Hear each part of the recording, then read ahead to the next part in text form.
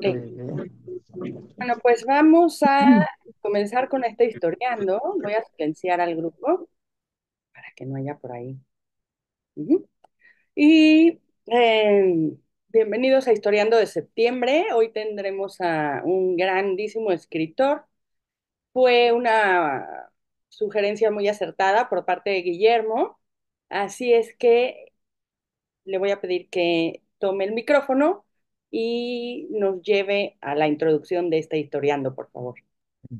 Hola, muy buenos días, Esperanza. Buenos días a todos. Gracias por acompañarnos como siempre. Bueno, pues para no usar mucho tiempo, lo primero que les quiero preguntar, una express encuesta, ¿quién ha leído a Conrad? ¿Qué han leído de Conrad? Y si es el caso, ¿qué han pensado? Yo debo decir que es uno de mis escritores favoritos, es uno de los escritores que más he estudiado, que más he leído.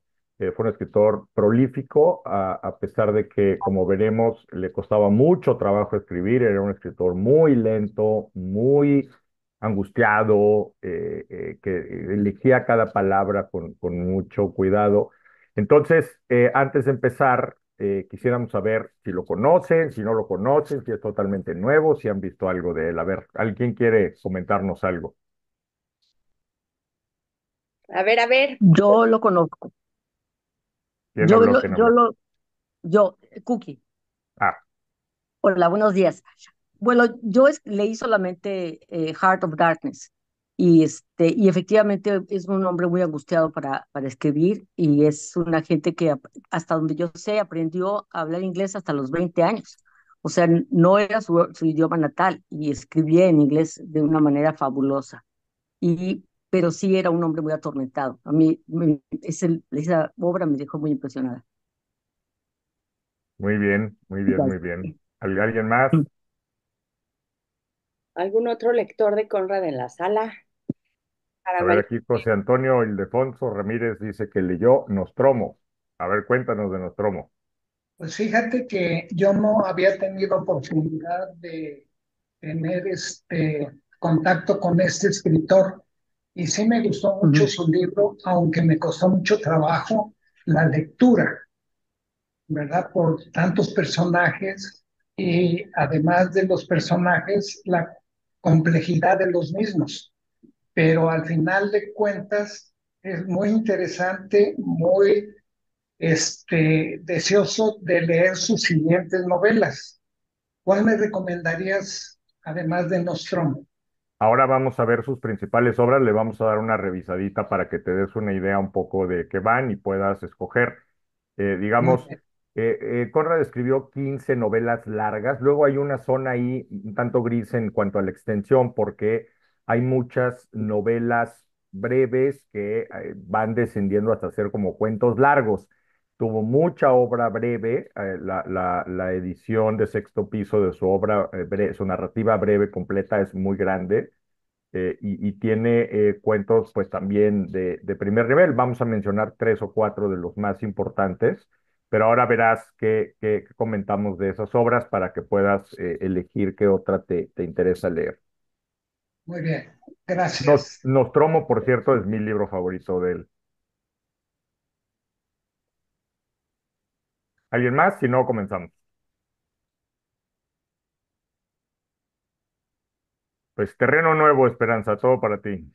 Muy bien, muchas gracias, Guillermo. Bueno, sí, es interesante. Hagamos esto en los historiandos subsecuentes, porque es interesante también saber desde dónde partimos. Es muy emocionante cuando conocen un tema nuevo, pero también es, digamos, enriquecedor saber desde dónde lo toman, si es que ya lo han recorrido en algún momento en su vida. Entonces, vamos a hacer este tipo de introducciones a historiando. Y hablando de eso, fíjense que a mí siempre me ha llamado mucho la atención que Conrad tiene como muy buena prensa. O sea, de hecho, por eso puse en mi presentación, ahora la verán, la desplegaré, como un escritor con buena prensa y está para muchos considerada como el escritor de escritores.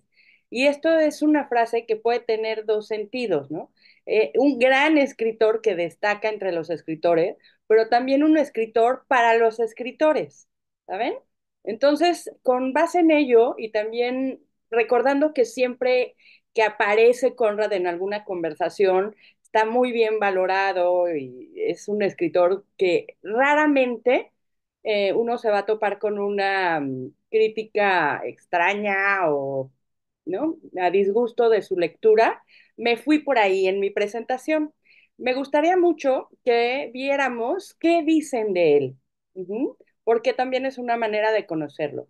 Elegí algunas plumas, claro, tuve que hacer una selección. También me fui por gente que me gusta y por gente que o aprecio o que valoro en cuanto a su trabajo narrativo. Y después hice un pequeño, pues como una pequeña búsqueda, porque también Conrad, con independencia de su literatura, era un personaje bastante peculiar y a veces como que se inventaba las cosas también en su vida. Entonces eso también siempre me ha llamado mucho la atención de él, ¿no? Como que pasaba de la ficción no solamente a sus páginas, a sus libros, sino que también en su vida como que de pronto le gustaba ser un personaje. Entonces por ahí me voy a ir, en este caso, por más bien la opinión de otro, pero me parece que haciendo un puzzle con todas las opiniones vamos a poder tener una perspectiva bien interesante para después dar paso a Guillermo, que claro, él sí se conoce a Conrad al derecho y al revés, y a Lupita, por supuesto. Bueno, pues entonces vamos a, denme un segundo, por favor, voy a compartirles, acá está el mío, les voy a compartir el PDF y empezamos. A ver si estaría muy padre, como los historiandos son cada mes, también Guillermo, Lupita, hacer como una pregunta al principio y decir, bueno, del historiando de Conrad a este nuevo, ¿quién ya lo leyó? ¿No? O qué ha pasado con Conrad después de haberlo visto en historiando, ¿no? Hay que acordarnos y empezamos con eso el próximo lunes que nos veamos. Por lo pronto, entonces, bueno, voy a empezar diciéndoles que Conrad es como un escritor, a mi juicio, que es muy valioso porque se atreve a bucear en esos sentimientos complicados, ¿saben? Es decir, bucea dentro del alma. No le da miedo meterse a esos escondrijos y a estas cuestiones más eh, complicadas, podríamos decir, sino que al contrario, y lo hace con una sutileza, una maestría y a veces muy, muy duramente, ¿no? Pero depende también de dónde lo leamos. El mensaje nos llega de una manera sutil o nos llega como si estuviéramos leyendo algo que va para nosotros directamente. A mí eso me hace pensar que Conrad es un escritor realmente, eh, ¿cómo diré? Como preocupado, no, no preocupado, pero como con siempre ha tenido como la intención de ir más allá y de bucear más allá de lo evidente. Vamos a dejarlo así. Y luego les voy a hablar un poquito más de eso.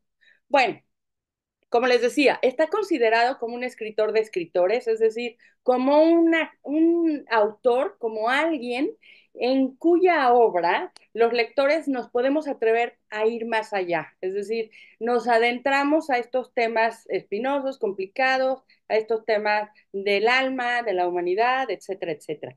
Y eso tiene un valor incalculable porque realmente lo hace con una honestidad tremenda. Ahora, bueno, les pongo ahí un poquito de su biografía, pero seguramente Guillermo nos la va a ampliar. Y aquí la cuestión es que este es un personaje desde que nació, porque su nombre no es su nombre, su lengua no es su lengua materna, su país al final no es donde nació, y lo que se dice que vivió es muy probable que no corresponda 100% a la realidad. Entonces ya desde ahí, desde él, estamos partiendo de todo un personaje. Bueno, hay una editorial que lo ha publicado mucho aquí en España, Libros del Zorro Rojo, y en uno de los libros que estuve consultando para este historiando, extraje esto, que me encanta.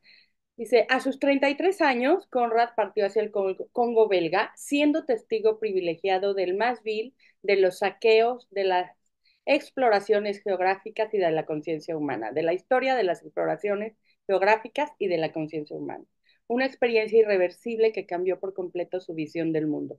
Y a esto me refería yo al principio, es decir, Conrad es capaz de vivir sin un filtro lo que está viviendo, sintiendo, viendo, ¿sí? Y lo transmite y lo traslada. Van a ver cómo al final les pongo dos citas de Conrad, una de cuando él era muy jovencito y otra ya en su edad adulta. Y claro que su visión del mundo, de la humanidad, del hombre, cambia de manera abismal, ¿no? Y eso es por lo mismo, porque ha sido capaz él de permearse en todo lo que vivió. Aquí lo tenemos bien chavito, ¿no? Y algo, si a ustedes les gusta el mar y si a ustedes les gusta todo lo que tiene que ver con el mar y el hombre, con esas analogías y con estas relaciones, tienen que leer a Joseph Conrad, porque los libros sobre el mar y toda la aventura de la condición humana están en su literatura. Ahora, yo les decía, ¿por qué es un escritor con buena prensa? Porque generalmente cuando uno lee algún ensayo sobre él o, no sé, alguna investigación o incluso los prólogos sobre él, evidentemente si es un prólogo, va a estar mucho más inclinado a, digamos, trasladarnos sus bondades, pero en general ha sido un escritor, o al menos en mi experiencia, con muy buena prensa.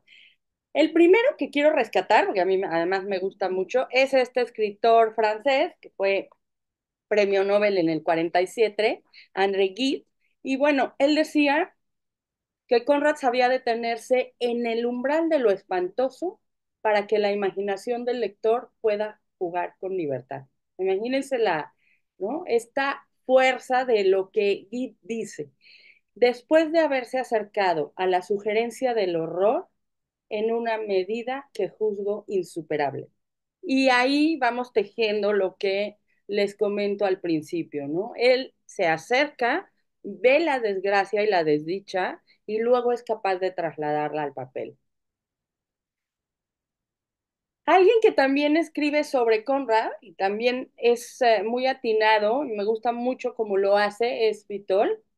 Él hizo un prólogo del Corazón de las Tinieblas y comentó lo siguiente. Joseph Conrad es un novelista genial, una de las más altas cumbres de la literatura inglesa y al mismo tiempo un escritor incómodo. Acuérdense que estamos diciendo esto de que bucea, ¿no? En las profundidades del alma humana. Es distinto a sus contemporáneos por el tratamiento de sus temas, por la mirada con la que contempla el mundo y a los hombres. Fíjense, es un moralista a quien repugnan los sermones. Me encanta. Es el autor de extraordinarias obras de aventura, donde éstas terminan por convertirse en experiencias interiores. A ver, Conrad fue un marino toda su vida y ya se sabe que los marinos conocen su fecha de inicio en el mar, pero nunca terminan o acaban de ser marinos algún día. Y esta cuestión de aventurero y de querer saber más, de querer conocer más, de viajar, la tiene hasta el final. Y entonces estas aventuras terminan por ser el espejo de lo que él ve, observa y recibe de la conciencia humana. Ahora, lo último que quiero destacar de Pitol, que también me fascina, es cuando él se refiere a Conrad como es un raro, en el sentido más radical de la palabra. Es un novelista ajeno a cualquier escuela, ¿sí? Esto es verdad, que enriqueció a la literatura inglesa con un puñado de novelas excepcionales. Bueno, pues a mí me encanta todo esto que dice Sergio y por eso fue una de las elegidas para estar en mi presentación, porque fíjense cómo hay diferentes destellos de la personalidad de Conrad, más que de su obra. Y para conocer la obra, creo que es importante acercarnos al autor. Bueno, aquí tenemos a quien lo ha traducido en varias ocasiones.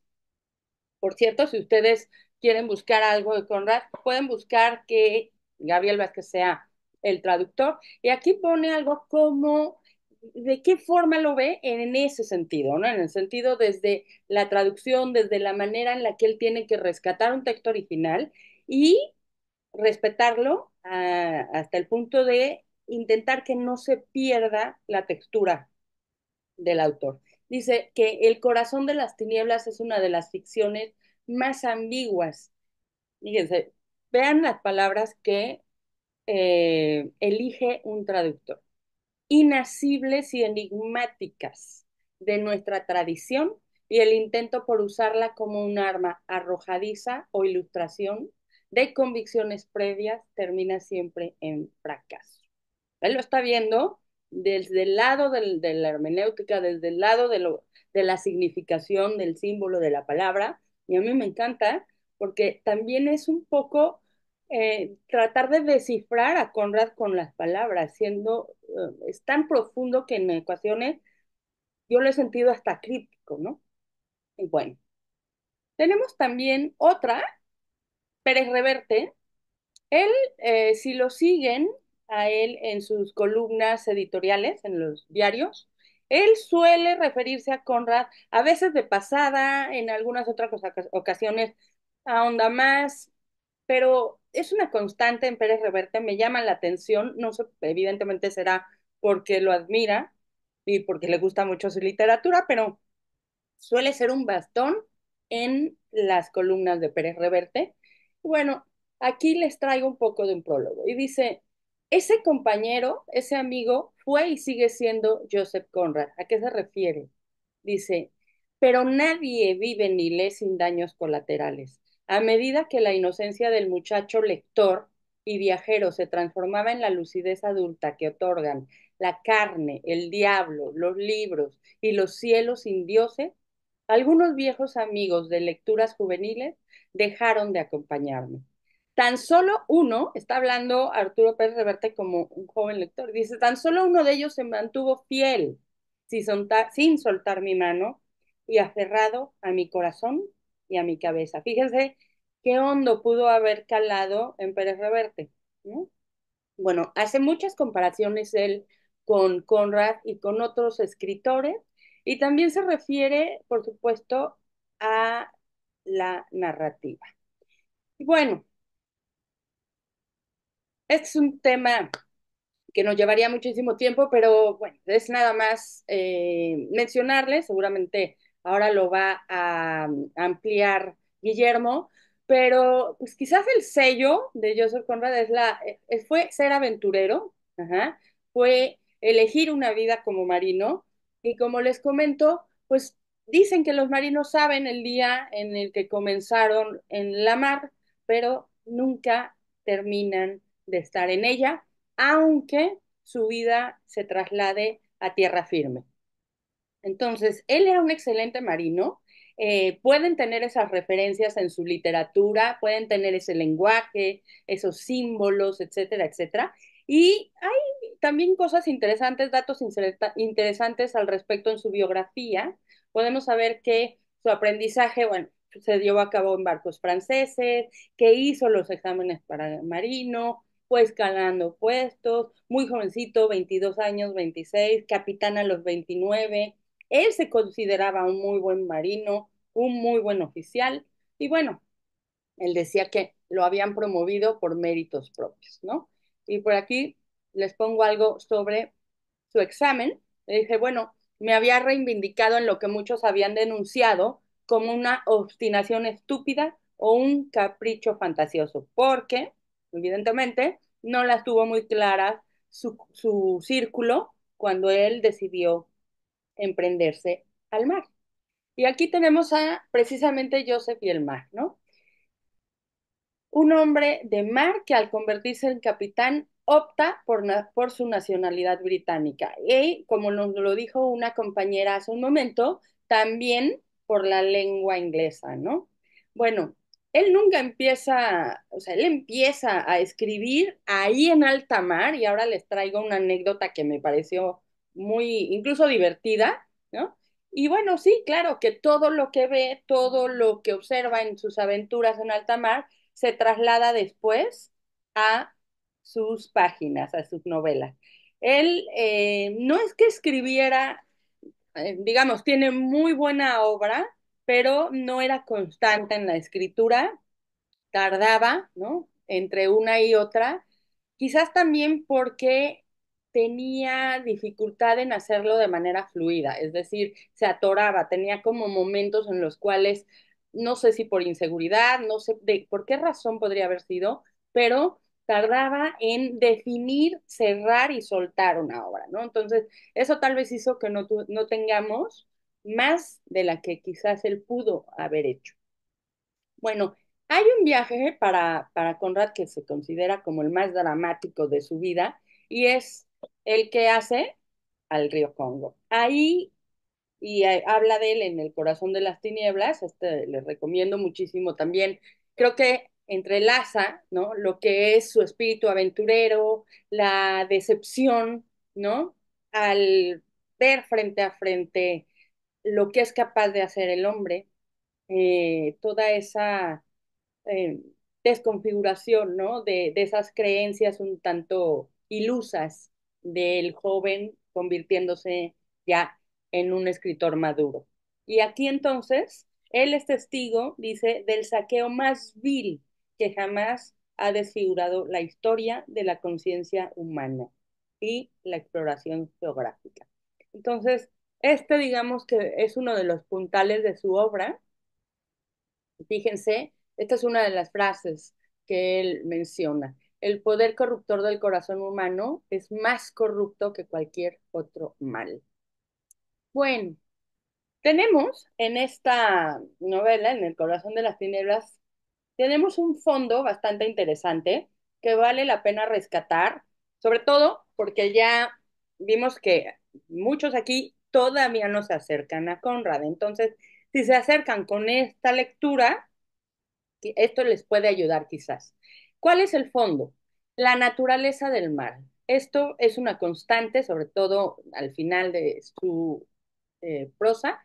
El libro va a explorar eso, ¿no? La naturaleza del mar y cómo es capaz de ser como el veneno, como una humedad que se mete hasta corromper. Ajá. Después tenemos la brutalidad del colonialismo. Aquí lo vemos también como el aventurero que fue.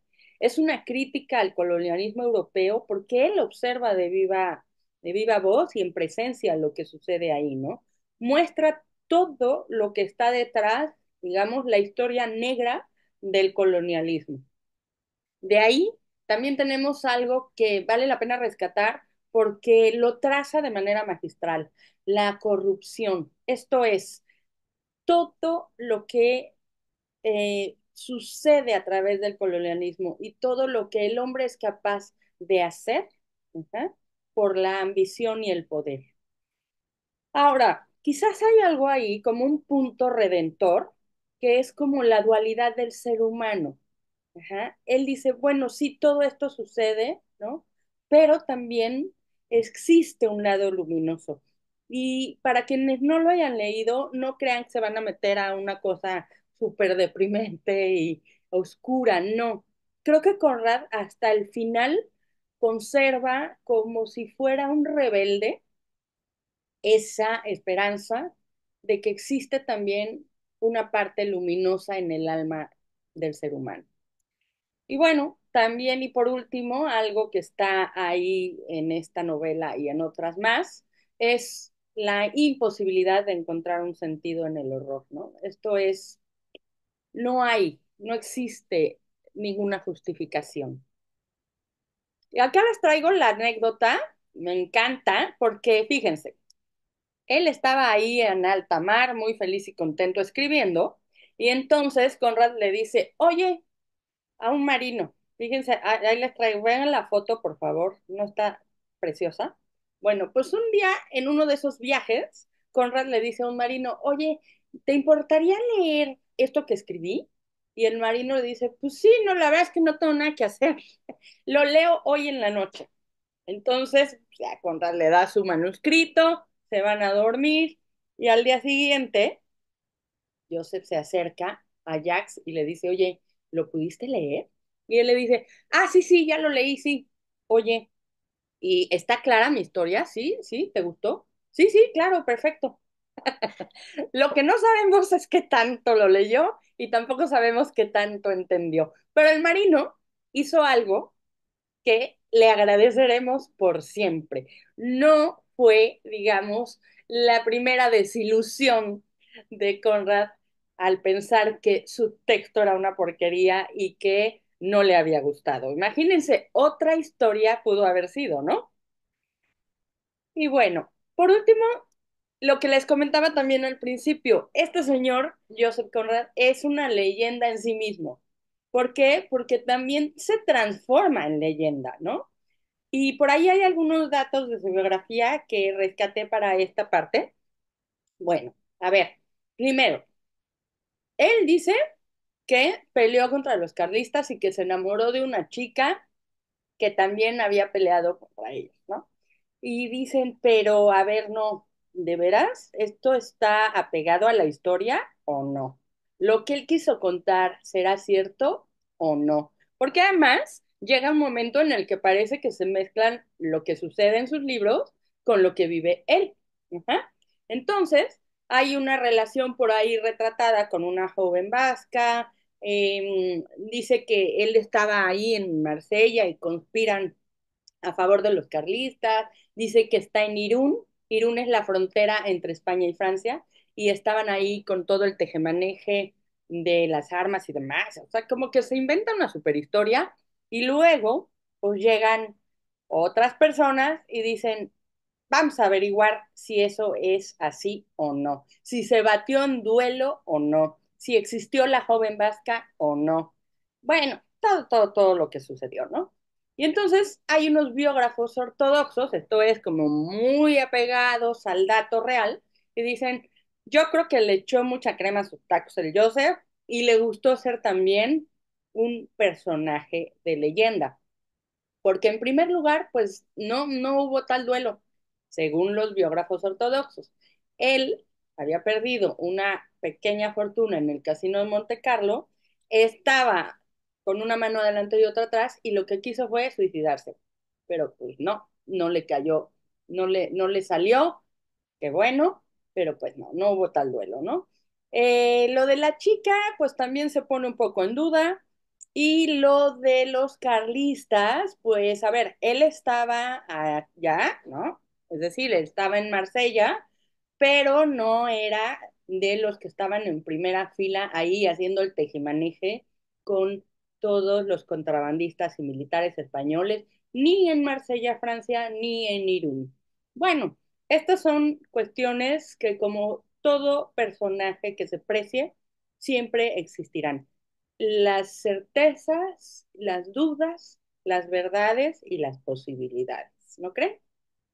Y bueno, me despido con esta cita que es muy bonita y creo que retrata muy bien parte de su personalidad.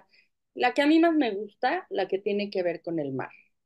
El mar, esta verdad que confesar, no tiene generosidad. No hay visualizaciones de las cualidades viriles, coraje, audacia, perseverancia, fe.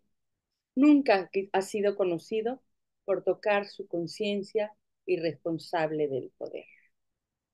Es decir, el mar está por encima del bien y del mal.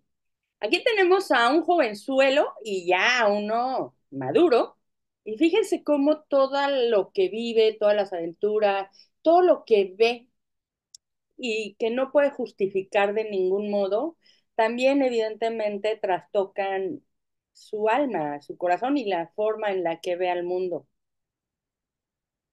Recuerdo mi juventud y la sensación que nunca volverá, de que podría durar para siempre, sobrevivir al mar, a la tierra y a los hombres. Y por último dice, toda pasión se ha perdido ahora. El mundo es mediocre, débil, sin fuerza, y la locura y la desesperación son una fuerza. Por eso, la fuerza es un crimen a los ojos de los necios, los débiles y los tontos. Acá tenemos a Joseph Conrad. Así que bueno, tenemos algún contexto que espero haya sido interesante para que se animen, vayan a leerlo. Vamos a hacer esta pregunta en un mes y no se van a arrepentir, ¿no? De verdad, no van a entrar en un tema, digamos, depresivo, complicado, no. Van a entrar en alguien que fue lo suficientemente honesto como para narrar todo aquello que por las circunstancias históricas, por los convencionalismos sociales y por otras causas, quizás hubiese sido pasado por alto. Él no lo hizo. Y por eso merece que lo tengamos entre los escritores de los escritores. Hasta aquí quedo. Y no sé si sigue Guillermo, ¿verdad? Guillermo sí nos va a dar toda una cátedra de Joseph Conrad. ¿Sigues tú, no? Bueno, Sí. Ok. vamos a intentar. A ver, ya puedo compartir, ¿verdad? Dame chance, déjame ver, creo que sí, pero es que como ya me quité, esta cosa ya está al revés del... Ujú. A ver, ¿puedes o no? Voy a intentar. A ver, no, herramientas del anfitrión. Ya, ahora Inhabilito. sí, ya. Ahora sí, ya. Dale. Y nomás hay que encontrarlo porque aquí está. Ahora está al revés esto. Ahí está. Ahí, Muy bien. ahí se ve. Déjenme ponerlo en modo esta cosa. Presentación.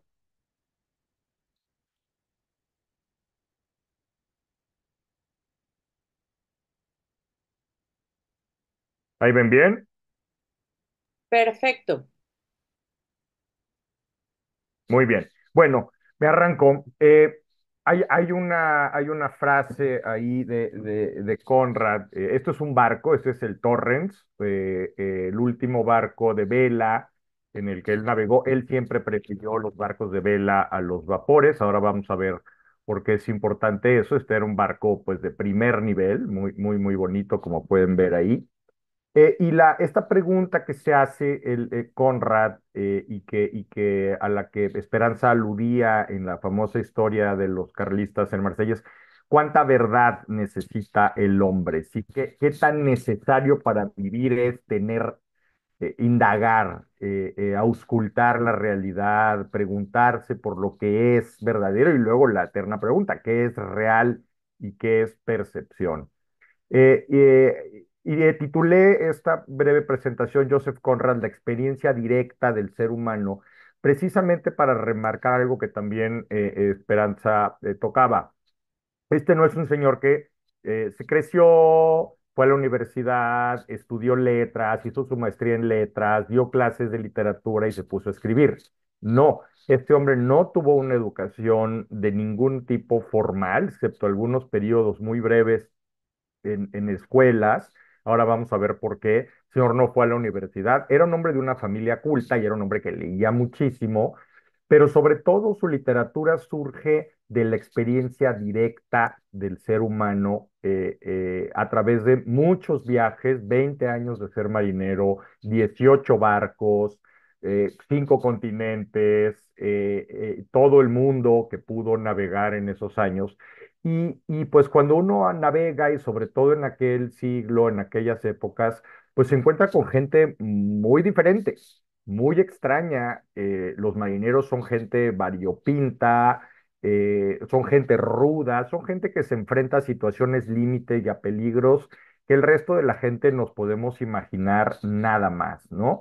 Entonces, toda su literatura, toda su indagación en el corazón humano no es la de un escritor de Torre de Marfil o de Gabinete. Este señor andaba en las tormentas y los huracanes y los ciclones y el paludismo y el colonialismo, una experiencia brutal de la época pico, la más extendida del colonialismo, y cosa que le aberró, por ejemplo, le pareció una cosa aterradora. Este hombre que cumple 100 años de haber fallecido el 3 de agosto, Joseph Conrad, murió a los 66 años, no alcanzó a cumplir 67. Una cosa que siempre se remarca de él es que a pesar de ser un hombre que el inglés fue su tercera o cuarta lengua, es uno de los grandes prosistas de la lengua inglesa. Nunca logró pronunciar el inglés bien. Muchas veces la gente no entendía lo que decía oralmente porque tenía un acento polaco pesadísimo, y a veces prefería hablar en francés. Y sin embargo, cuando escribía, se convirtió en uno de los grandes estilistas de la lengua. No solamente un escritor correcto y fluido, sino un gran prosista. Eh, Como les decía, él no obtiene sus conocimientos del alma humana de los libros y la academia y las conversaciones, sino de la experiencia directa. Observó humanos de muy diversos orígenes étnicos, lenguas, culturas, en situaciones límite, en situaciones realmente de toma de decisiones morales muy difíciles, a quién salvar y a quién no en un naufragio, a quién matar y a quién no en un enfrentamiento, huir por la selva, cosas que realmente ponen a la mente, al alma humana al extremo. Y estos personajes enfrentando tanto a la naturaleza salvaje como a la soledad del barco, la soledad de una isla desierta, el peligro, el abandono y la violencia. Entonces, estos no son novelas como muchas novelas victorianas de drawing room, de salón, de sutilezas de sociedad, ¿no? Aquí es la cosa real. Y fue un hombre muy probablemente depresivo crónico, no sería nada raro que un diagnóstico moderno lo calificara así, un hombre muy nervioso, atormentado, con periodos de depresión y ansiedad, pero al mismo tiempo un hombre que tuvo muchos amigos de por vida, era un amante de la ópera y la buena vida. Y salvo al final que tuvo éxito económico, toda su vida luchó contra la estrechez económica, en parte porque sus libros se vendían poco y en parte porque era despilfarrador y mal administrado. La gran paradoja literaria de la vida de Conrad es que sus grandes novelas se vendieron muy poco, y en cambio sus libros más débiles, sobre todo los de al final, cuando escribía ya casi por costumbre, por necesidad, esos libros lo hicieron rico al final. Vamos a ver la última casa en la que vivió, pero siempre vivió de prestado, de ayuda de amigos, de mecenas, de editores, de crédito, pero era un hombre que no tenía habilidades de administración. Y sus libros más flojitos, los que hoy están olvidados, fueron los que se vendieron más, lo cual es muy triste porque fue después cuando realmente se apreció las grandes novelas que escribió y que forman ese canon de 7 u 8 novelas, que son muchas, de primerísimo nivel, ¿no?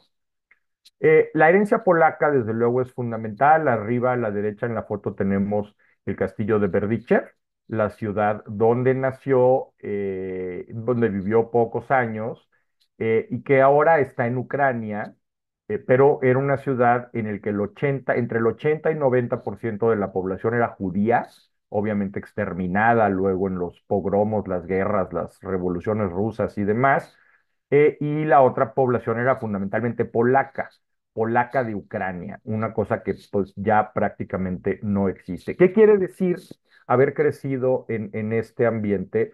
Que desde muy pequeñito, desde niño, era un hombre acostumbrado a vivir entre gente de distintos grupos étnicos, lenguas, religiones, culturas. Lo que más se hablaba en Berdichev era yiddish, y luego polaco, y mucha gente hablaba ruso, había alemanes, era una comunidad multicultural en el sentido más amplio de la palabra. Y esto lo hace un hombre adaptable, y sin prejuicios. Por ejemplo, a pesar de que en la época de Conrad el antisemitismo tomó mucha fuerza, él siempre mantuvo una gran simpatía por los judíos. Era hijo de Apolo y Eva, nombres con resonancias bíblicas y mitológicas. Sus padres eran polacos, de la pequeña aristocracia rural polaca, eran gente culta. Y el punto de quiebre de esta vida es que eran patriotas revolucionarios independentistas Polonia. Recuerden que en esta época, en 1857, cuando nace Conrad, Polonia no existía como estado. Era un pueblo, era una cultura, pero no tenía estado, estaba repartido entre Prusia, el Imperio Austrohúngaro y Rusia. Y entonces siempre hubo un fermento independentista revolucionario. Toda su vida, al único pueblo que realmente odió Conrad fue a los rusos. Los rusos le quitaron sus padres, le quitaron su patria, lo exiliaron y lo echaron a una vida, pues sí, que suena muy padre y muy aventurera en el mar y qué bonito, pero es una vida muy sufrida, muy peligrosa y muy ruda. Entonces él mantiene siempre este odio brutal por los rusos. Ahora veremos en cuál de sus grandes obras se manifestó. Su padre, a pesar de que convivieron poco tiempo, fue enormemente influyente sobre Conrad. Él le transmitió un pesimismo esencial, existencial, el amor por Shakespeare. De la lectura de Víctor Hugo surgió el amor por el mar. Recordemos que la provincia donde nace Conrad no tiene costas. El mar estaba idealizado, era una cosa de la que se leía en los libros, pero no se vivía. Y esta simpatía por los judíos. Crece en una infancia verdaderamente horrorosa, horrorosa al extremo, una infancia solitaria totalmente, era un hijo único, fue nómada con sus padres, los padres fueron apresados, el padre fue metido a la cárcel por sus actividades subversivas contra el imperio zarista, los exiliaron en Vologdo, un lugar horroroso al noreste de Moscú, un campo de concentración con temperaturas inimaginables casi todo el año, de un frío horrible, y luego a Chernígov, en el norte de Ucrania, también, por lugares muy rudos. Y anduvo el pobre niño solito de aquí para allá, con una madre moribunda, los padres tenían tuberculosis, ambos. Fue una cosa realmente de terror, todos esos traslados por la estepa helada rusa y ucraniana. Finalmente, los padres sucumben a la tuberculosis. Mientras esto ocurre, en 1863 hay una terrible revuelta polaca. Se levantan en armas de manera, pues, la verdad, muy amateur, muy mal planeada. Hay una represión horrible. Las familias, ambas familias, la de su padre y la de su madre, sufren muchas pérdidas, muchas muertes en la familia. Y finalmente, en 1865, cuando este niño tiene 7 años realmente, muere la madre y se quedan el niño y el padre solitos. Es un niño que jamás va a la escuela. El papá no quería que aprendiera ruso, no quería que lo rusificaran. Y entonces él le daba clases, pero pues era un hombre que se estaba muriendo. Entonces era un niñito solo, sin amigos, sin escuela, solitario, pues un niño que se la pasaba leyendo y cuidando a su padre. Ellos terminan finalmente en Cracovia. Cracovia era un poco más amable porque estaba en la parte austrohúngara de Polonia, que era más liberal, pero pues ahí este niño a los 11 años se queda sin papá y sin mamá, solito y sin amigos y sin escuela y sin nada en este mundo.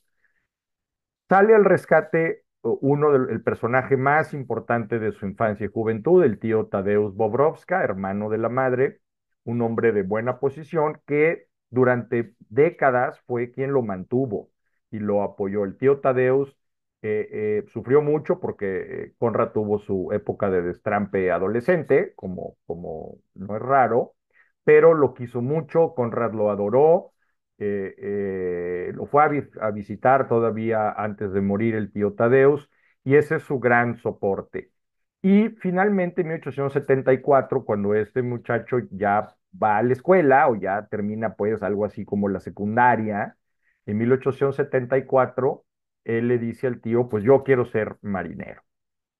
El tío, que era comerciante, conocía a unos personajes en Marsella que le proporcionan chamba. Pero es un niño de 16 años, aquí este es uno de sus primeros barcos, arriba a la derecha, y a los 16 años, pues eres grumete, ¿no? Chalán. Ahí en el barquito se aprende el oficio, pues trepado ahí en las jarcias y los mástiles, los palos. En Marsella hace 3 viajes al Caribe, entrar a la marina mercante, no a la marina militar, Y bueno, pues empieza a conocer mundo, conoce Martinica y la isla Guadalupe y todas estas posesiones francesas en el Caribe. Y pues, como buen marinerito, aunque él nunca fue alcohólico y nunca fue frecuentador de prostitutas, dos de las principales aficiones de los marineros que en el mundo han sido, gastaba mucho. Era un chico que no tenía una educación financiera de ningún tipo, era muy jovencito. Y como nos contó Esperanza, pues tiene una crisis financiera porque va y pierde un dinero prestado, le prestan 800 francos y dice, ¿cómo hago rendir esos 800 francos? Pues claro, en la ruleta en Monte Carlo y claro, el que juega por necesidad pierde por obligación y entonces se da un tiro bastante mal dado o bien dado porque no le pasó nada. Se da un balazo en el pecho, el tío Tadeus se deja venir desde Ucrania hasta Marsella, asustadísimo, pero resulta que ya, y pues obviamente le ponen una regañada terrible. Al final de cuentas no termina de hallarse en Marsella, ocurre la famosa historia de las guerras carlistas y la fábula de que si fue contrabandista de armas o no. Lo que sí es seguro es que conoció a marineros que anduvieron implicados en ese tráfico de armas para los carlistas, puede haber participado de alguna manera o no. En 1878, cuando él tiene ya 20 años, recuerden que cumplía años en diciembre, entonces por eso lo cuento así, ya se enrola en un barco inglés y se vuelve para todo efecto práctico un marinero inglés. Va a pasar 20 años en el mar, en 18 barcos y solo casi al final logra ser capitán de un navío. Esta es la época de la transición de la vela al vapor. ¿Qué va pasando con las marinas mercantes? Que cada vez hay más barcos de vapor mucho más grandes que llevan mucho más carga y entonces se necesitan menos barcos y entonces necesitan menos capitanes. Y eso es lo que le va a pasar al final de su carrera, que aunque era un marinero muy calificado, muy elogiado, muy apreciado, a todos ellos se les va haciendo cada vez más difícil encontrar chamba de capitán y tienen que aceptar ser primeros oficiales o a veces hasta segundos oficiales. Sería muy largo detallar estos 20 años de aventuras maravillosas y espeluznantes, pero sí vale la pena porque se va a reflejar en su literatura decir que viajó mucho por el archipiélago malayo, por Indonesia y sobre todo Borneo, Australia, la isla Mauricio, todos estos lugares que ahora muchos tienen hijitos estudiando en Australia y se van de tour a Indonesia, cosas de esas, no, en esa época eran verdaderamente exóticos, verdaderamente desconocidos y salvajes. Eran lugares con mucha mayor diversidad lingüística y étnica de la que hay hoy. Y este hombre recorre todas estas islas, no como turista, recordemos, sino como marinero mercante. Y adquiere una cantidad de experiencias, de personajes, de anécdotas, de historias que va a retomar en su literatura. Para 1886 ya es ciudadano británico. En Borneo conoce a un sueco apellidado Olmayer, y este personaje, un hombre sueco que vivía en río arriba, en una selva impenetrable en la isla de Borneo, lo impresiona mucho y le sugiere uno de sus grandes temas, cómo el hombre blanco enfrentado al trópico se degenera. No porque los nativos sean degenerados, sino porque esa descontextualización de los valores culturales y la incapacidad de adoptar los valores culturales adaptables a ese otro ecosistema genera un shock emocional muy fuerte. El nativo está adaptado a su medio y el europeo que viene adaptado al suyo acá sufre un choque y generalmente termina o en heroísmo o en abyección, en una degeneración terrible.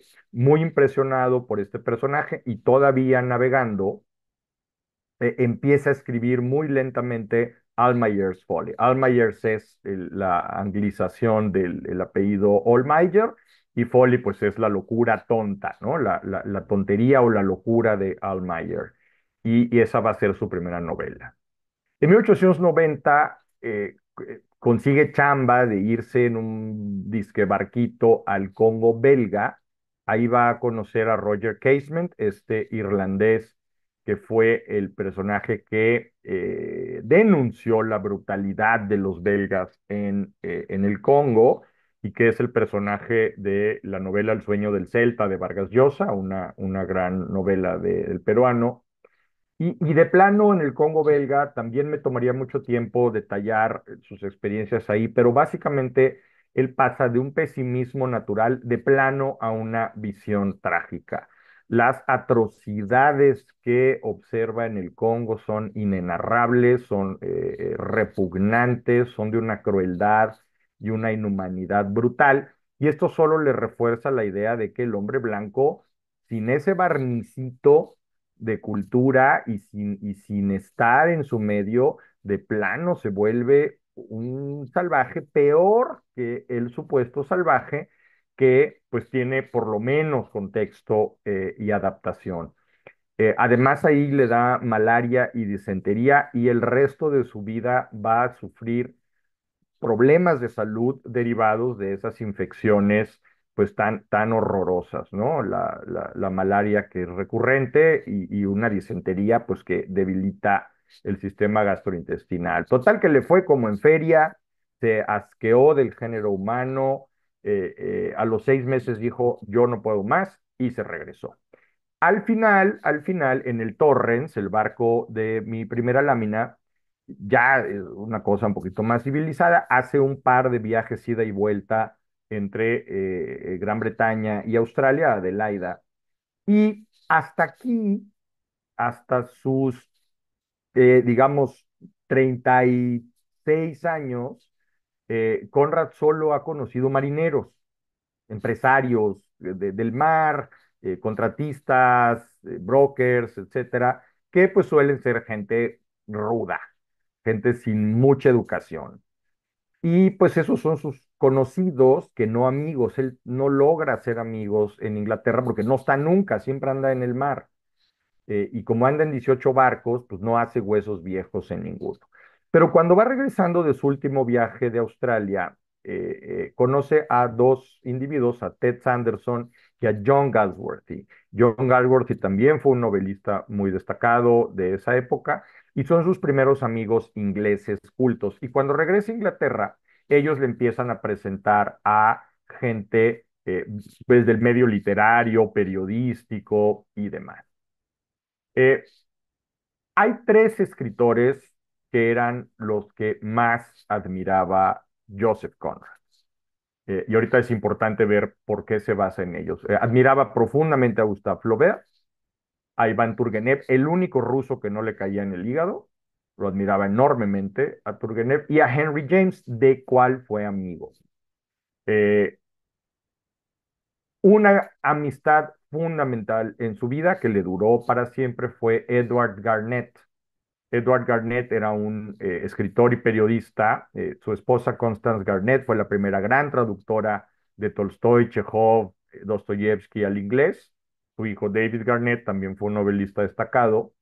Y él le enseña a Almayer's Folly, la anécdota que cuenta Esperanza es correcta, es la primera vez se lo enseña a un marinero, pero ya terminada la novela se le enseña a un escritor, a un editor, y editor ve que es un hombre inseguro, publica Almayer's Folly en 1895, le va bien de crítica, no vende tan mal, y entonces Edward Garnett es un hombre muy perceptivo que dice, si yo le digo a este hombre sigue escribiendo, se va a asustar, mejor le digo, te salió muy bien, échate una más, escríbete otra novelita. Y Conrad dijo, si me hubiera dicho, sigue escribiendo, escribe para siempre, lo hubiera dejado. Pero una más sí me la he hecho. Y ahí empieza esta carrera. En 1896, a través de otro de sus amigos fuera del círculo literario, conoce a Jesse George, que está aquí a la derecha en esa foto. Está Jesse George sirviendo el té y está Joseph Conrad con su hijo menor, John. Eh, Jesse George es una mecanógrafa de clase baja, muy inculta, imperturbable, una mujer de un carácter muy extraño, y que luego tuvo un problema en la rodilla que la volvió inválida y extremadamente obesa y alcohólica. Y sin embargo, tuvieron un matrimonio funcional, con muchas crisis. Conrad era un hombre muy, muy difícil por las crisis depresivas, los ataques de ansiedad, la pobreza crónica, etcétera, etcétera. Pero pues ahí vivieron. Ella no era una mujer adaptada, de hecho le incomodaba mucho las amistades cultas, no sabían qué decirle, era un problema. Tuvieron una luna de miel desastrosa, que sería largo contar. Pero empieza Conrad a hacerse cada vez de más amigos de literatos, se hace amigo de Henry James, que era también un hombre muy reservado, hace una íntima amistad con Stephen Crane y en 1898 nace su hijo mayor, Boris. Eh, Esto para quienes nos interesa escribir, esto es interesante. Conrad nunca fue un escritor al que se le haya facilitado y no era un problema de la lengua que llegó a dominar, era un problema emocional. Era un escritor muy lento, muy angustiado, que meditaba largo tiempo sobre su trama, sus personajes y que necesitaba siempre escribir sobre una base empírica, sobre una base de la experiencia. No es un escritor de fantasía, ni de ciencia ficción, ni de fantasmas, es un escritor aterrizado en lo real. Él decía que tenía imaginación más que invención. Básicamente era un hombre que escribía 300 palabras por día y no más. Muy rara vez se tenía que echar un sprint mayor. Hay una historia de tardarse 8 horas para escribir 3 frases y luego borrarla. Entonces, esto se nota en su escritura. Es una escritora muy cuidada, muy trabajada, muy profunda y muy precisa. Era un perfeccionista. Él dice, yo quiero que el lector escuche los sonidos, que sienta, que vea. Es un escritor obsesionado por meter al lector en la escena, en los personajes, en las pasiones. En 1897 publica su primera obra maestra, The Nigger of the Narcissus o El Negro del Narcisos. Ahora hay gente tontita que la quiere prohibir porque usa la palabra nigger, pero pues era la palabra que se usaba en ese tiempo. Si algo tenía Conrad es que no era racista, al contrario, era siempre un defensor de las poblaciones colonizadas. Y esta es una novela bastante breve, maravillosa, sobre el mar. eh, y dice al respecto de ella, no en la novela, pero al respecto de ella dice, debes indagar en los rincones más oscuros de tu corazón, los reductos más remotos de tu mente.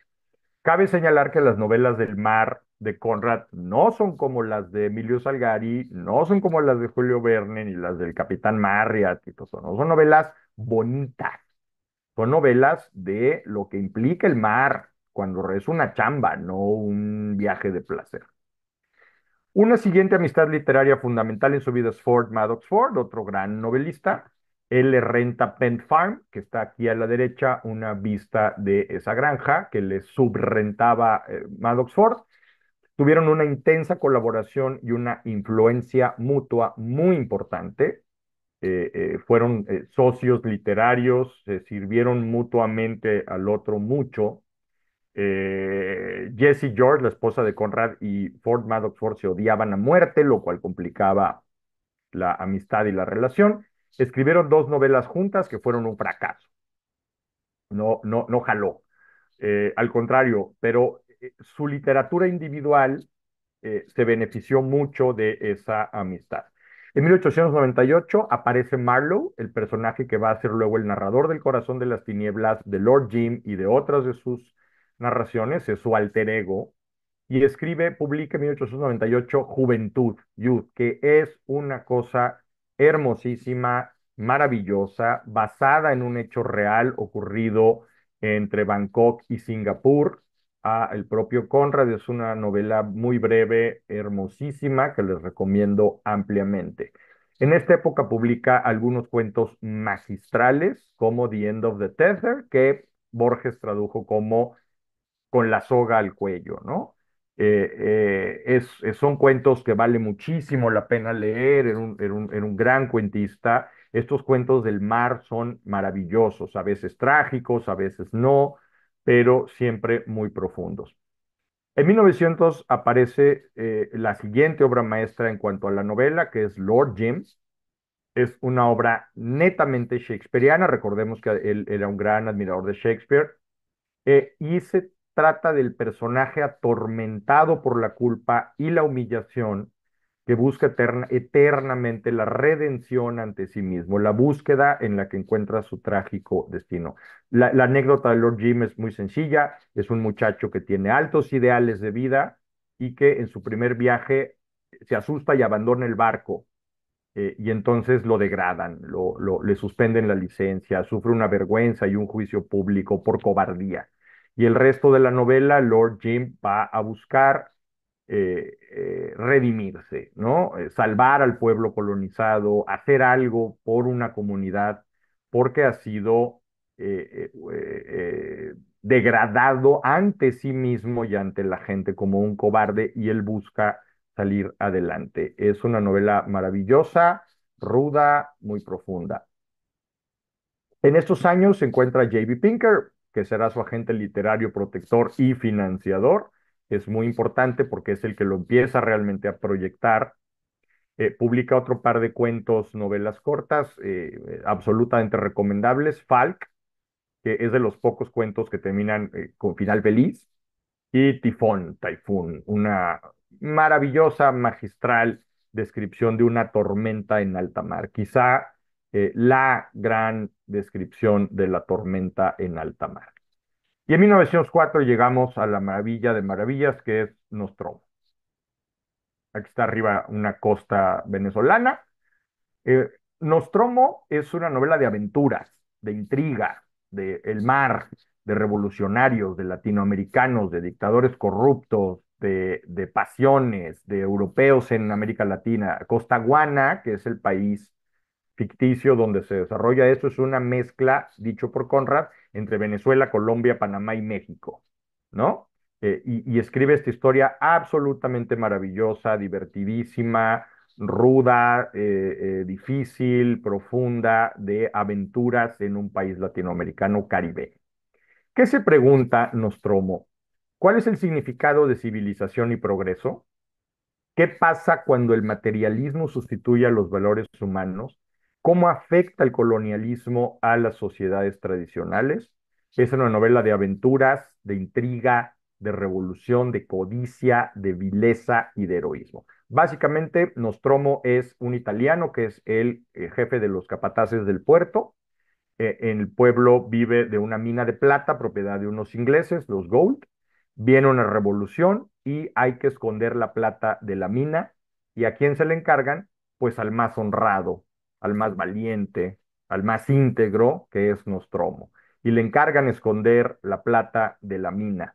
Y claro, Nostromo falla. Nostromo es un humano que sucumbe al materialismo y que sacrifica el heroísmo por la codicia, y es una historia con muchos otros personajes, como decía el compañero José Antonio que participó al principio. Tiene muchos personajes, todos los personajes son maravillosos, están extraordinariamente bien descritos, y bueno, no la puedo elogiar mucho más porque es una de mis novelas favoritas, una de las obras literarias que más me han gustado, y se las recomiendo ampliamente. Nostromo. Este hombre es un maestro en la creación de imágenes, paisajes, escenarios, diálogos y monólogos. Y Conrad refuerza la idea del escritor como creador del mundo, de un mundo. Y en esta racha entre Lord Jim y Nostromo, donde está escribiendo a sus 40 y tantos años sus mejores obras, su obra más madura, más profunda, saca en 1907 The Secret Agent, el agente secreto, que esta se desarrolla totalmente en Londres, que tiene tintes cómicos, de humor negro, trágicos, y esta es la primera novela de detectives político-psicológica. Es, no debo hablar mucho de Secret Agent porque hay un detalle en la trama que sería fatal revelar, pero es una novela de espionaje, de terroristas, de anarquistas, Es una novela que se pregunta mucho por la ideología, cómo la gente llega a hacerse fanática de ideologías absurdas y está dispuesto a matar y morir por unas tonterías de teorías. Es una novela también muy recomendable. En 1909 participa en la English Review, truena con Ford Madox Ford, ya está plenamente insertado en el mundo literario. En 1910 saca otra obra maestra, Under Western Eyes, que es la novela donde vacía toda su fobia por los rusos y por la ideología marxista-leninista. Es una de las novelas más personales de Conrad, en el sentido de ser más cercana a su infancia y a la historia de su familia. Conrad usa a un narrador que es un viejo maestro de inglés en Ginebra. Aquí a la derecha está Ginebra en esa época. La novela se desarrolla al principio en San Petersburgo y es de un chico que debe ocultar a un camarada que mató a un funcionario y lo denuncia y luego lo obligan a ser espía de los revolucionarios en Ginebra. También es una novela de espías, de terroristas, de anarquistas, de revolucionarios. Y usa un narrador inglés ya viejo, un occidental totalmente ajeno a la historia y la mentalidad rusas, como el distante narrador que observa la aparente locura de los revolucionarios, intrigado por la extraña mezcla de racionalismo y misticismo, modernidad y primitivismo con que abordan los problemas de su pueblo. En esta obra, Conrad disecciona con lucidez y audacia la mente conspiradora, revolucionaria y peligrosamente desequilibrada que suele subyacer en los integrantes de los movimientos radicales y plantea dilemas morales de difícil o nula resolución. Es muy divertida, muy entretenida y muy ruda. También es otra de sus grandes obras maestras. En esta época ya se mete totalmente en el mundo literario, tiene amistades muy destacadas como la que mencionó Esperanza, André Gide, está Otto Lynn Morel, Bertrand Russell, son amigos nuevos de él. Después de Under Western Eyes sufre un colapso nervioso de hospital, de plano, de tanto que lo atormenta y lo agota regresar a, literariamente, a el mundo de su infancia, que le trae recuerdos traumáticos. En 1913 publica Chance, que es una muy buena novela, quizá no al nivel de las anteriores, pero es su primer éxito de ventas. Hasta 1913 empieza a tener, es decir, a los 56 años, empieza a tener éxito económico. En 1914 regresa a Polonia por primera vez en 21 años, pero lo agarra la Primera Guerra Mundial en Polonia y la historia de su escape pues es muy divertida, me tomaría mucho tiempo contarla, pero es muy interesante cómo logra escaparse de Polonia en el momento en que estalla la Primera Guerra. Es una aventura más de las muchas que vivió. En 1915 publica Victory, que es su única, una de las dos únicas grandes novelas de Conrad, que es un total éxito de ventas, vende muchísimo, le deja mucho dinero, y es un regreso a Indonesia, ¿no? Después de haber escrito sobre Londres, sobre América Latina, sobre rusos en Ginebra, regresa al final de su carrera a Indonesia, a la isla de Suruba, frente a la isla de Java, y es su novela más compleja y dolorosa, es otra obra maestra, es una fábula con fuertes resonancias bíblicas y shakespearianas, sobre todo de La Tempestad. Es una historia absolutamente marginal en términos de los personajes. Le ocurre a personajes que habitan en los márgenes de la sociedad, del mundo y de la moralidad. Es una novela extraordinaria de una profundidad y una rudeza tremendas, pero de un gran valor poético en la prosa. Es muy, muy, muy buena, es maravillosa novela. Aquí de arriba está la isla donde ocurre la historia, que aquí se ve como que qué padre playa para ir a meterse ahí, pero lo que ocurre adentro es muy feo. Bien, estamos llegando al final de la vida de Joseph Conrad. Arriba es la última casa de Oswald's en el condado de Kent, donde ya vemos una casa ya bien, jardín, bosque, chimenea, todo este rollo. Ya logra hacerse al final de su vida de un confort económico y en 1917, a los 60 años, publica su última obra maestra, The Shadow Line, que otra vez, como en un círculo, Él comienza su carrera escribiendo sobre sus experiencias en Malasia, Indonesia y demás, y al final vuelve, después de viajar por Europa y América Latina literariamente, regresa a los marineros, a las pruebas que pone el mar, a la adquisición de experiencia, madurez y sabiduría frente a la tragedia y a las decisiones morales muy difíciles. Ya en 1923, muy enfermo, tiene un tour por Estados Unidos, una gira de conferencias donde recibido, para su sorpresa, apoteósicamente, ¿no? Tiene fama, dinero, es un exitazo su visita a los Estados Unidos, aunque luego no le entienden lo que dice por su acento, pero pues es como su consagración. Y al año siguiente muere, a los 66 años, muy aquejado por la gota, las secuelas de la malaria y la disentería, y una serie de males que al final le provocan un ataque cardíaco el 3 de agosto de 1924. Es una vida muy intensa, inesperada. Él era un niño de la nobleza polaca ucraniana que de repente terminó siendo marinero y luego terminó siendo una celebridad literaria extraordinaria. Su literatura es maravillosa, se las recomiendo enormemente. Y aquí dejo de compartir, tengo unos minutitos para conversar con ustedes o para darle el tiempo a Lupita, porque yo debo irme a las 10 en puntito para a chambear. Pero bueno, espero que no haya sido muy apresurado y pues simplemente recordarles que es El negro del Narcissus, eh, El corazón de las tinieblas, muchos de los cuentos como Tifón, como Juventud, como Falk, como Con la soga al cuello, Lord Jim, Nostromo, Bajo la mirada de Occidente, donde Western Nights, The Shadow Line y Victory son el canon conradiano que vale mucho la pena conocer. Y pues les agradezco su atención y aquí estoy unos minutitos por si quieren conversar o por si queremos pasar con Lupita, como decidan, Esperanza y Lupita. Gracias. Bueno, no sé si tengan alguna pregunta o algo que aumentar acerca de la exposición de Guillermo.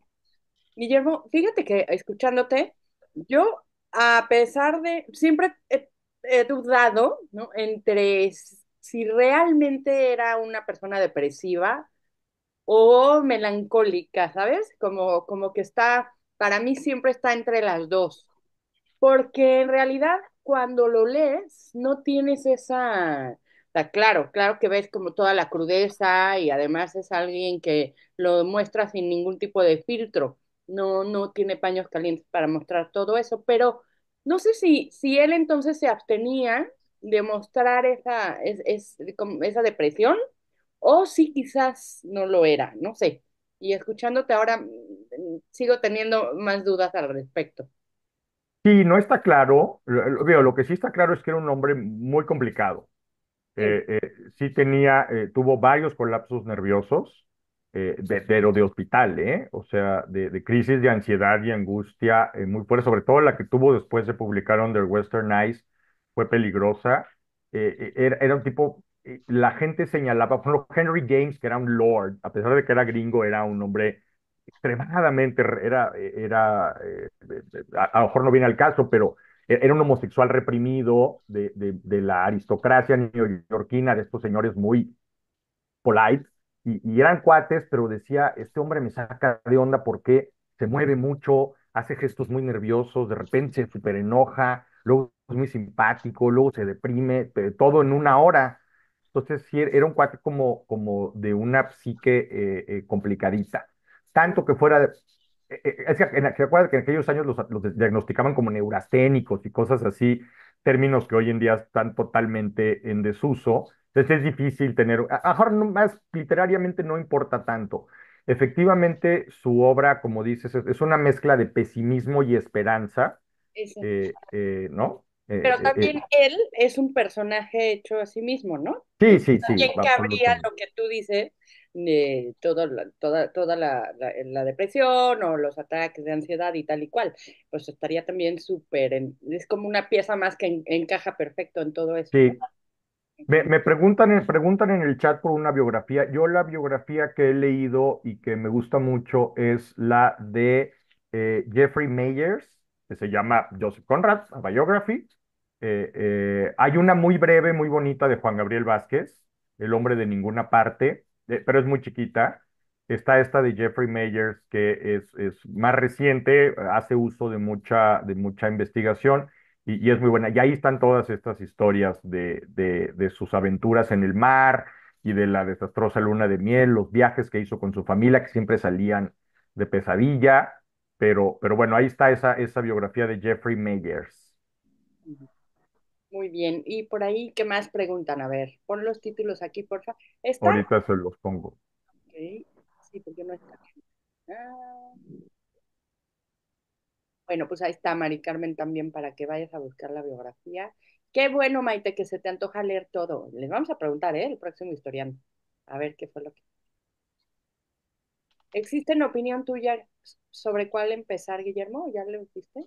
¿Con cuál empezar? Yo empezaría por El negro del Narcissus, porque es su primera obra maestra, es muy breve y es la perfecta introducción a los temas marinos, a los temas de situaciones límite. Hay una tormenta espeluznante que reproduce una tormenta en la que estuvo frente a las costas de Tailandia, Corra, donde el barco quedó de lado, lo cual pues, está peor que se voltee bien porque estás de lado.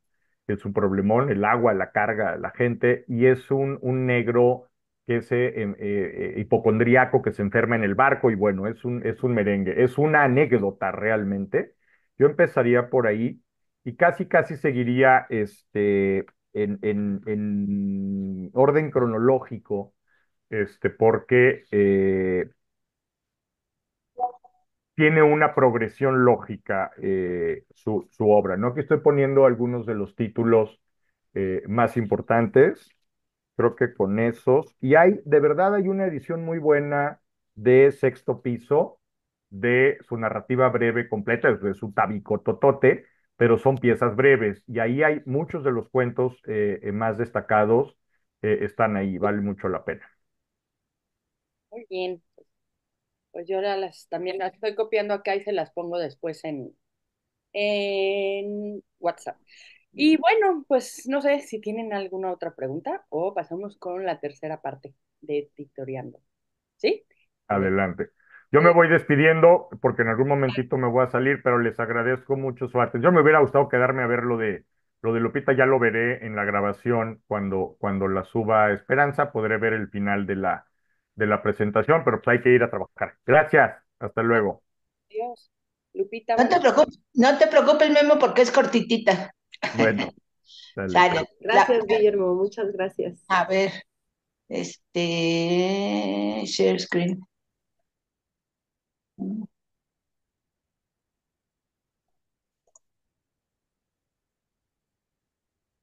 Ahí siempre. Bueno, ¿la puedes poner tú, Esperanza? Ya Ahí sabes que está, es.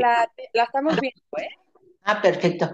Bueno, pues básicamente me costó un poco de trabajo porque pues el señor vivió por todo el mundo y por todos lados cuenta y por todos lados sufre y por todo. Entonces, me reduje a los últimos años de su vida, que además, bueno, que vivió en el condado de Kent y además representa, y lo quiero referir, a otros escritores, como que es la zona de la zona sur y específicamente sureste de Inglaterra, pues le llaman el jardín de Inglaterra, ¿no? Y yo creo que dentro de todo el clima que tiene esa isla, o bueno, las de por allá, presenta un poquito mejor de clima. Entonces, muchos, y vamos a ver ahorita, muchos se fueron a vivir hacia allá. Entonces empezamos pues esta es una escultura que está en Polonia, en un lugar que se llama Gdynia, ¿sí? Y es una de las pocas esculturas que hay en honor a Joseph Conrad. Sí hay placas alusivas, aquí vivió, aquí estudió, aquí pasó, aquí leyó, pero esculturas como tal solo está esta y está en Polonia, ¿no? De alguna manera, aunque salió pronto de ahí, los polacos, y además efectivamente en esa zona todavía era Ucrania, el, los polacos pues están muy orgullosos de ellos. ¿La que sigue, por favor? Bueno, como dice Memo y Esperanza, lo que a él lo acabó de decidir de dejar el viaje o ser marino, digamos, es su experiencia en el Congo, ¿no? Entonces él habla de que realmente se cuestiona mucho el por qué Europa siente que tiene que cultivar al mundo, ¿no? Entonces, bueno, pues estamos ahorita nosotros aquí como México con una situación peculiar, ¿no? Porque pues sí, era un poquito, claro, lo nuestro fue que 300 años antes, ¿no? Pero era un poquito la mentalidad, ¿no? Es decir, se llegó a considerar a los esclavos como animales, ¿no? Y el tráfico, si bien en 1890 se decretó en el Congo la abolición de la esclavitud, la verdad es que todavía en 1904 se hacía ilegalmente y hubo muchísimos millones de personas que murieron a causa de la esclavitud.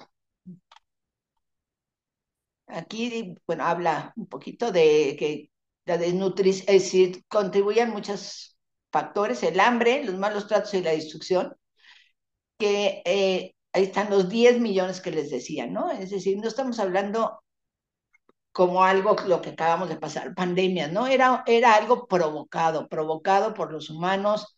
Bélgica y el rey Leopold, pues sí, pues, la verdad es que exageraban con su trato y es algo que mantuvieron durante mucho tiempo y ya sé que Conrad, pues dentro de su carácter, que ya dijimos, nostálgico, deprimido, pero acelerado, no sé, yo leyendo también acerca de él, creo que hoy podría catalogarse como un bipolarismo porque algunas veces estaba muy excitado, otras veces se encerraba.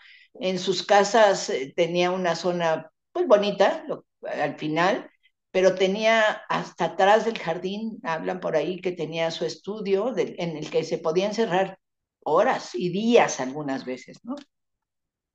Y bueno, pues entonces más bien voy a hablar de la zona donde vivía y donde han vivido varios de los, y siguen viviendo varios de los escritores ingleses más importantes, ¿no? Estoy hablando de Kent, que es el condado al sureste, muy cerca de Londres, abajito de Essex.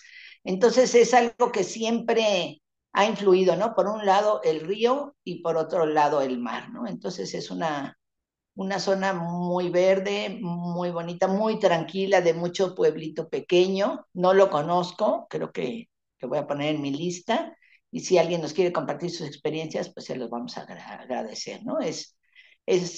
Fue conquistado desde la época de los romanos, ¿no? Y pues tuvo la fortuna o tomó la decisión de irse. Primero estaba en la zona de Essex, un poquito más al norte, y después ya se viene hacia el sur a vivir con su familia. Aquí vemos una foto de su familia, donde vemos a la esposa que nos comentaba Guillermo, ¿sí? Pero a uno de sus niños que era su favorito, según dice. Esta es una casa que se conoce, hoy es el Conrad Hall, que era una de las casas anteriores a la que nos presentó Guillermo, una casa pequeña donde él produce una buena parte de cuando ya llega a tomar una paz importante en Essex, y se conoce como el Conrad Hall, y ahí están los poderes del ayuntamiento o de la ciudad. Ahí se dedica, bueno, ahí muere, digamos, se queda ahí hasta 1900, de ahí se traspasa a Bishop Burn, ahí muere y participa mucho con la comunidad, como creo que es un rasgo importante. Él no es una persona que le gusten los reflectores, como decían por ahí, ¿no? Entonces él se dedica a su jardín, dedica a participar con la comunidad, a siempre está cerca de los sacerdotes o pastores en su caso, y lo que le gustaba era trabajar en su jardín, trabajar tranquilo en su literatura y coleccionar muebles antiguos, ¿no? Se puede visitar su casa por fuera, no dejan entrar, sin embargo, bueno, hay, les decía, presencia de plaquitas por todos lados, ¿no? Joseph Conrad, pues vive muy cerca de Londres. Aquí están los tres lugares donde él llega a vivir. Ujú. Primero en la parte norte, en Essex. Después decide bajarse hacia Bishopsbourne y finalmente tiene una casa de descanso en Potling. Aquí podemos ver a la derecha, esta es la isla y Essex perdón, Kent está localizada aquí, muy, muy cerca de Londres. En auto pueden ver 2 horas 23 minutos. Y bueno, pues su tumba se encuentra en Canterbury, es muy visitada.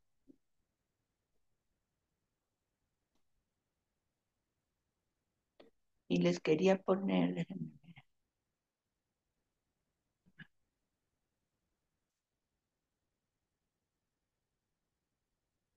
que no.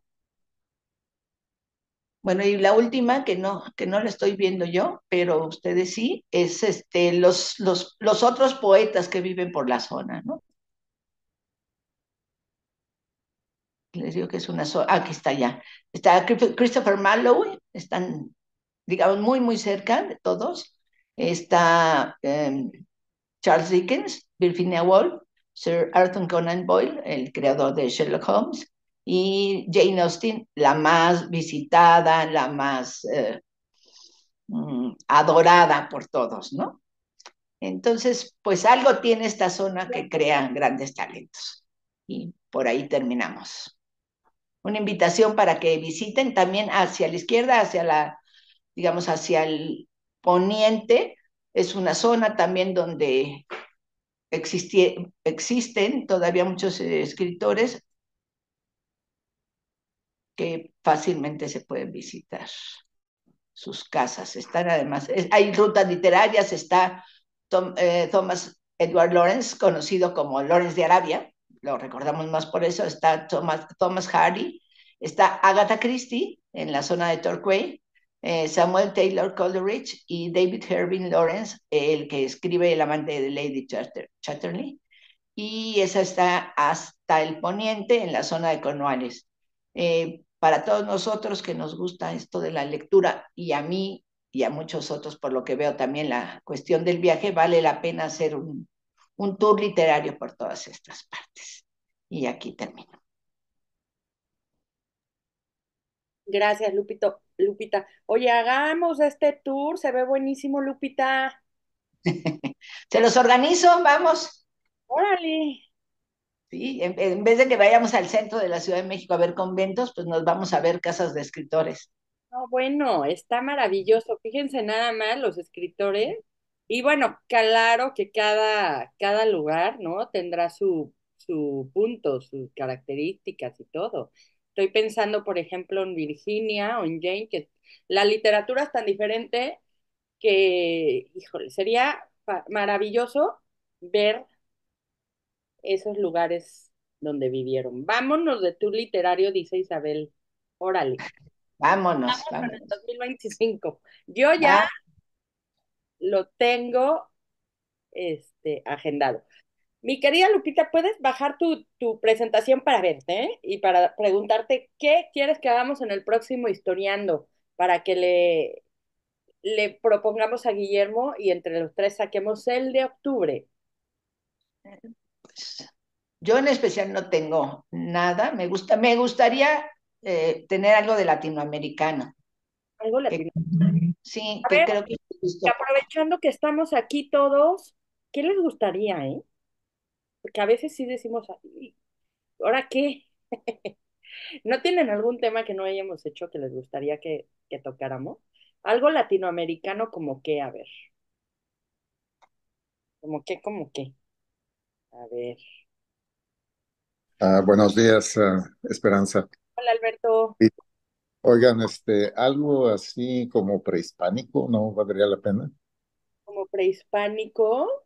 Ahualcoyot, alguien am, histórico, pero del precolonialismo.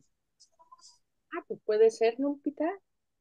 Pues pudiera ser, digo, por ahí hay escritores tanto prehispánicos como cronistas digamos, de la España muy recientemente llegada, que vale la pena, ¿no? Y también confrontar un poco, bueno, se me ocurre un poco la visión, ahorita que estamos en toda esta historia con España, la visión de los vencidos, digamos, como quién fue el vencido, ¿no? Yo creo que vale la pena, lo ha trabajado muchos antropólogos, y creo que sería importante ahorita que estamos en esta coyuntura. Pues sí, También podría ser Sor Juana. ya lo hicimos, ¿no? Ahora ya lo hicimos, sí. Lo que Ah, pasa es que pues, no sé quién está hablando, pero lo puedes consultar Ernesto en el Gutiérrez. YouTube.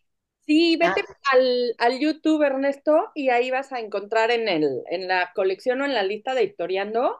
Nos quedó muy bonito, por cierto, el de Sor Juana. sí, quedó muy También bueno. sería muy bueno, ¿saben qué? Hacer uno de Perú. ¿No hemos hecho Perú? No, y Colombia también tiene escritores bien buenos. Sí, sí, sí. Colombia, ahora sí que esos dos latinoamericanos serían muy buenos y nos llevamos también la sugerencia de Alberto. Y bueno, ya saben que si tienen una por ahí, pues miren, nosotros felices porque nos encanta hacer esto. Vargas Llosa, exacto, Mariana Pliego. Y además hay mucho poeta peruano ahora muy importante.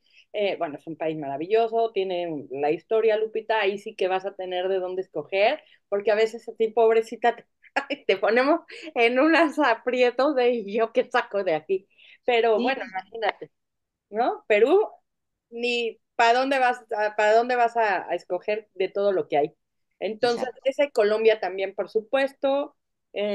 Argentina ya lo hicimos, Brasil no me acuerdo, pero No, yo creo que no podríamos hemos hacer hecho nada de algo. Brasil. No, no hemos hecho nada de Brasil. Sí, vámonos, ahora vámonos a Latinoamérica, ¿les parece? Bueno, No sabemos sale. la época, vamos a platicarlo entre los tres, pero algo se nos ocurrirá para allá, de ese lado del mundo, ¿sí? Bueno, Por aquí están sugiriendo a Bernal Díaz del Castillo, efectivamente. Entonces, ajá, pues a lo mejor sí podríamos hacer por ahí algo. Lo platicamos, ¿sale? ajá, el boom, mira, ajá, el boom latinoamericano. Ay, ¿y si no hemos hecho algo del boom latinoamericano? ¿O sí? Que luego los tocamos como en otros temas, pero vamos a revisar y bueno, nos vamos entonces de ese lado del mundo. ¿Les gusta la idea?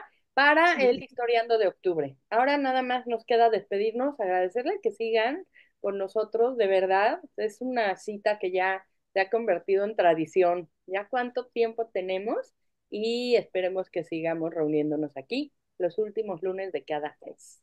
Un abrazo. Y con todo nuestro agradecimiento, gracias de verdad por prepararlo tanto, por echarle tantas ganas, por inspirarnos tanto. Ay, gracias. Muchas, Recuerden, muchas gracias.